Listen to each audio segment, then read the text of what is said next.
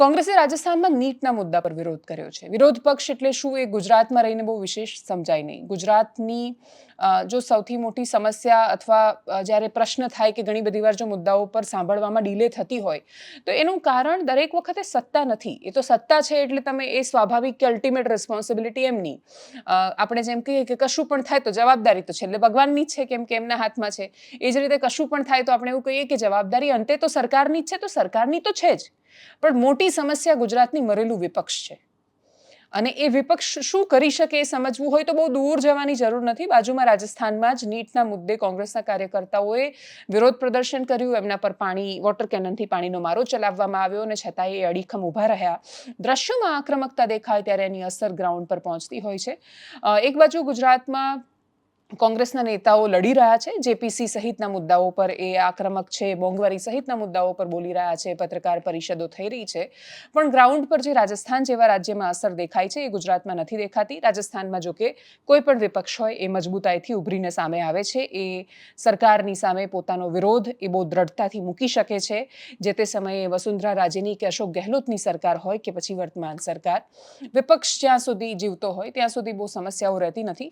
ગુજરાતમાં પણ નીટના મુદ્દા પર આવનારી નીટની પરીક્ષા જે લેવાની છે ફરીથી, એની પણ સમસ્યાઓની સામે આમ આદમી પાર્ટીના ગુજરાતના પ્રદેશના ઉપપ્રમુખ યુવરાજસિંહ જાડેજા એમણે પણ પત્રકાર પરિષદ કરી હતી.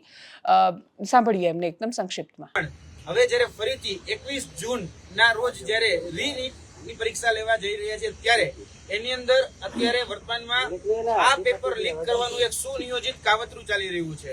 એક આ સિસ્ટમેટિક સ્કેમ છે અને તેની સાથે સાથે જે નેક્સસ જે લોકો ચલાવી રહ્યા છે એ નેક્સસ ફરીથી જે ભૂતકાળની જે મોડસ ઓપરેન્ડી હતી એ જ મોડસ ઓપરેન્ડીના આધારે એટલે કે ટેલિગ્રામ એપ્લિકેશનના આધારે અત્યારે ઉઘરાણા ફરીથી ચાલુ કરવામાં આવ્યા છે. અત્યારે જોવા જઈએ તો ટેલિગ્રામની અંદર રીનીટ લીકર કરી અને એક ટેલિગ્રામ ગ્રુપ બનેલું છે અને એક વ્યક્તિ જે છે, જે વ્યક્તિનું નામ છે રાઘવ સર, એ રાઘવ સર કરી અને આખું જે આ ટેલિગ્રામની અંદર આ વ્યક્તિ જે છે એ ગ્રુપ અત્યારે ચલાવી રહ્યા છે, જે પોતાનું નામ રાઘવ સર આપી રહ્યા છે અને રીનીટ લીકર તરીકે ટેલિગ્રામની અંદર એક ગ્રુપ ચાલે છે. એક પેપર જે છે એનો ભાવ અત્યારે 10 લાખ રૂપિયા એ રાખવામાં આવ્યો છે. એડવાન્સ પેટે જે રકમ છે એ 30,000 થી 60,000 રૂપિયા રકમ અત્યારે લેવામાં આવી રહી છે અને લગભગ જે એમનો ક્લેમ છે એટલે કે રાઘવ સરનો જે ક્લેમ છે એમાં અત્યાર સુધીમાં 5,74,40,00,000 રૂપિયાના ઉઘરાણા કરવામાં આવ્યા છે. એક વ્યક્તિ પાસેથી કોઈ જગ્યાએથી 30,000, કોઈ જગ્યાએથી 50,000 ને કોઈ જગ્યાએથી 60,000 રૂપિયા એ અલગ અલગ રીતે કહી શકાય કે QR કોડના માધ્યમથી અલગ અલગ રીતે માંગવામાં આવી રહ્યા છે.